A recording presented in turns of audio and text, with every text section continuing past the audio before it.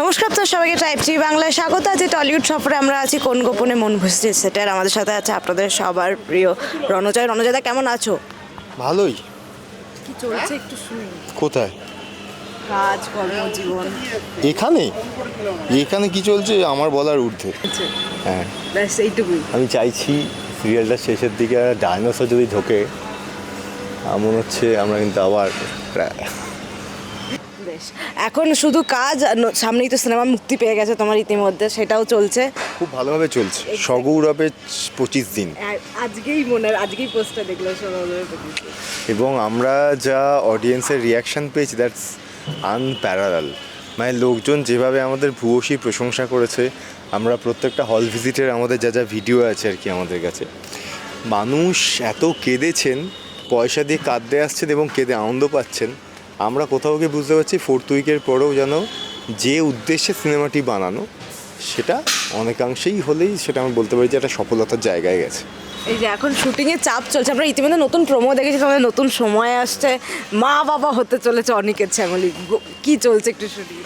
Actually মানে এটা বলা খুব মুশকিল যে এর পরেই কিংবা এটা নিয়ে কি চলবে না চলবে জানি না। আপাতত যা প্রমোতে এসছে, যেভাবে এসছে অতটুকুই জানি, তারপরে তো কি জানি না আমি কী করে কি বলবো। তুমি সবসময় এই একই কথা বলো। আর আমি সত্যি কথা বলি, আমি বানিয়ে মিথ্যে কথা বলতে পারি না, এটা সমস্যা। এখন কি অনিকেত এই জন্য আমার একটু প্রচুর live সম্পর্ক এসছে? ভেঙে গেছে। সম্পর্ক মানে প্রেমের সম্পর্কে কথা বলছিলাম, মানে ব্যক্তি ধর কারোর সঙ্গে আমার বন্ধুত্ব কিংবা কোনো কিছু, মানে এমন আমরা যে দুনিয়ায় দাঁড়িয়ে আছি না, আমি কাজের জায়গাতেও প্রচুর জায়গাতে, এটা তো মানে প্রতিদিন ওটা ফেসিংয়ের জায়গা আমাদের। যে তুই ন্যায্য কথা বলবি, তুই ভিলেন। তুই ন্যায্য কথা বলছিস, ও ট্যান্ট্রামস আছে ভাই। কেন ট্যান্ট্রামস? ও ন্যায্য কথা বলছে, তোমাকে শুনতে হয়েছে এই কথাটা? আর সামনে বলার সাহস নেই, পেছনে কথা বলছে তো আমি জানি। তুমি সেটা শুনতে পেয়েছো কারো? জানি আমি ও, জানি। তারপরে তো এই তারপরে সেই ব্যক্তির সাথে হেসে কথা বলেছো কখন? হ্যাঁ, মানে আমি না ওই ক্ষমার জায়গায় পৌঁছে গেছি। মানে আমি গুড্ডির সময়, যখন গুড্ডি চলতো, আমি খুবই রেগে যেতাম অনেক সময়, খুব শর্ট টেম্পার্ড হয়ে যেতাম। কিন্তু এখন আমি বুঝতে পারি যে লাস্ট 1-1.5 বছরে আমি প্রচণ্ড পরিমাণে আমার সবটাই আর কি খুবই ম্লান হয়ে গেছে।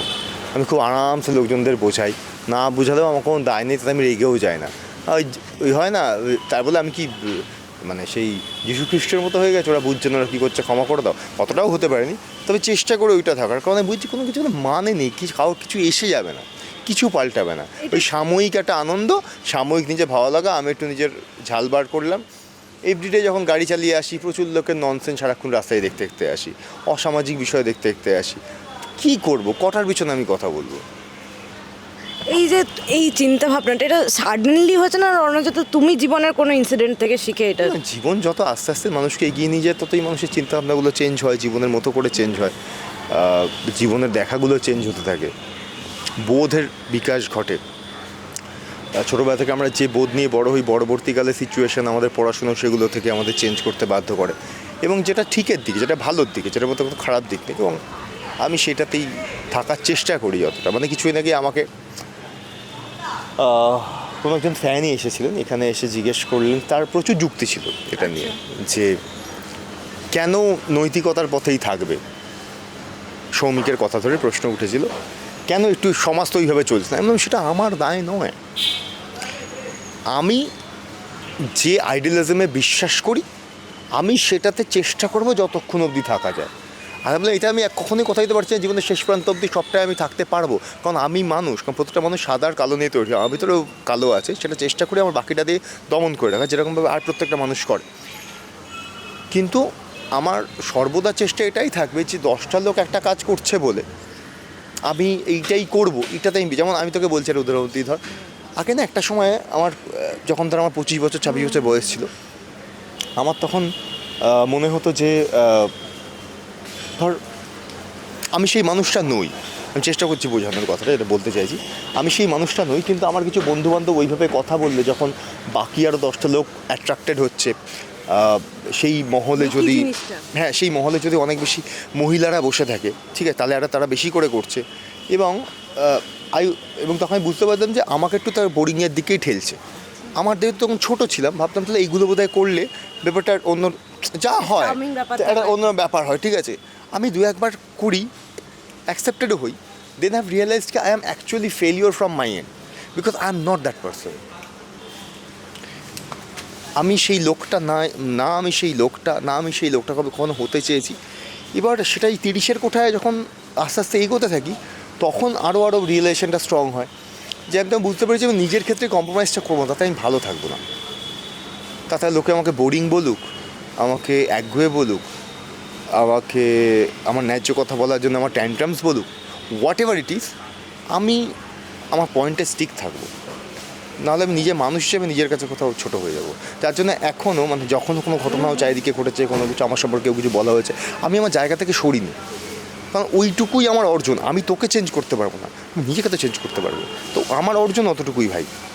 এই যে তুমি যেটা বললে এখনকার দিনে এটা খুব বেড়ে গেছে যে অল্প কিছু কাজ তার মধ্যে পপুলারিটি পাওয়া, সেখান থেকে তারা বাড়ি গাড়ি মানে ইএমআইতে সব কিছু করে না, তারপরে সেখান থেকে কাজ না থাকে ডিপ্রেশনে ভোগা, এগুলো তুমি দেখেছো?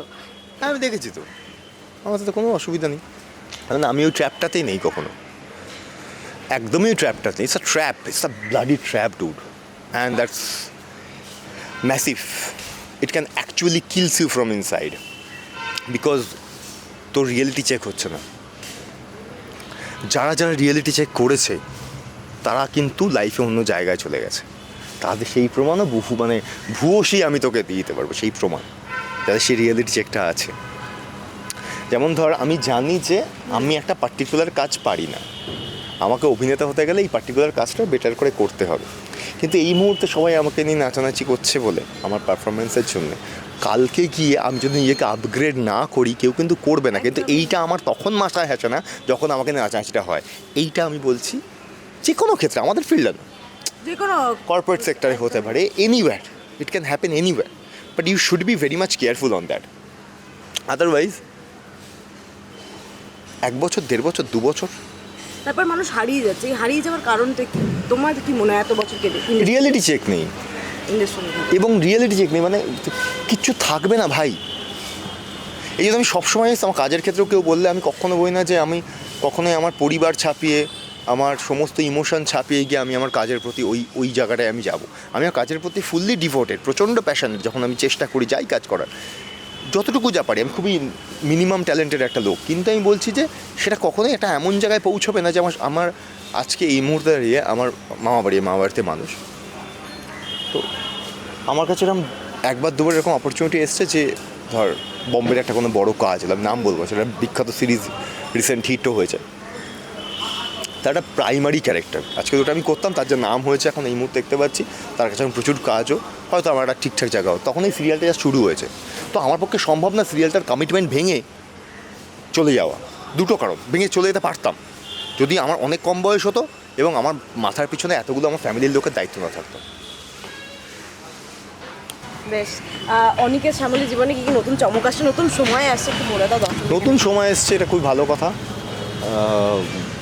ভালো কথা ইন দ্য সেন্স যে আমরা ভাবছিলাম এমন একটা স্লটে না গিয়ে পড়ুক, আমাদের কাছে তো অবশ্যই সময় চেঞ্জ হতো এটা আমরা জানতাম, কিন্তু এমন একটা সময় না চেঞ্জ হোক যেখানে আর কি আমাদের শুটিংয়ের বডি বেড়ে যায়, মানে শুটিংয়ের একটা লেন্থ থাকে। তো সেই যে স্লটটা আমাদের দেয়নি তাতে আমরা খুশি যে অ্যাটলিস্ট 8:30 থেকে 9টা হয়েছে। তো এবার দেখো, এবার এইগুলো বোঝার কিংবা এসার জন্য বড় বড় মাথা রয়েছে, সেখানে আমি কোনো কেউ নই। তারা সিরিয়াল অনেক বেটার বোঝে, এই ব্যবসাটা অনেক বেটার বোঝেন আমার থেকে, আমি কেউই নই, আমি শুধু আমার কাজ করি বাড়িয়ে। আর এরপরে কি আসছে শ্যামলী অনিকেতের জীবনে এটা তো আমিও জানি না, মানে প্রমোতে বুঝতে পেরেছি শ্যামলী মা হবে, এইটুকু আমার কাছে ক্লিয়ার। আমরা একটা কোনো আশ্রমে যাব আন্না ভাইয়ের কোনো খোঁজ টোজ করতে, তারপরে ওখানে গিয়ে কি হবে না হবে ভবিষ্যতে আমার কোনো আইডিয়া নেই। এই নতুন জীবন আসতে চলেছে অনিকেত শ্যামলী। দেখুন জি বাংলায় কোন গোপনে মন ভেসেছে, রাত 8:30 সোম থেকে 9টায়। এখন 9টায় প্র্যাকটিস তো সময় লাগে, এখন 9টায়। Thank you so much. বিনোদনের এরকম সমস্ত আপডেটের জন্য অবশ্যই চোখ রাখুন ট্রাইব টিভি বাংলা পর।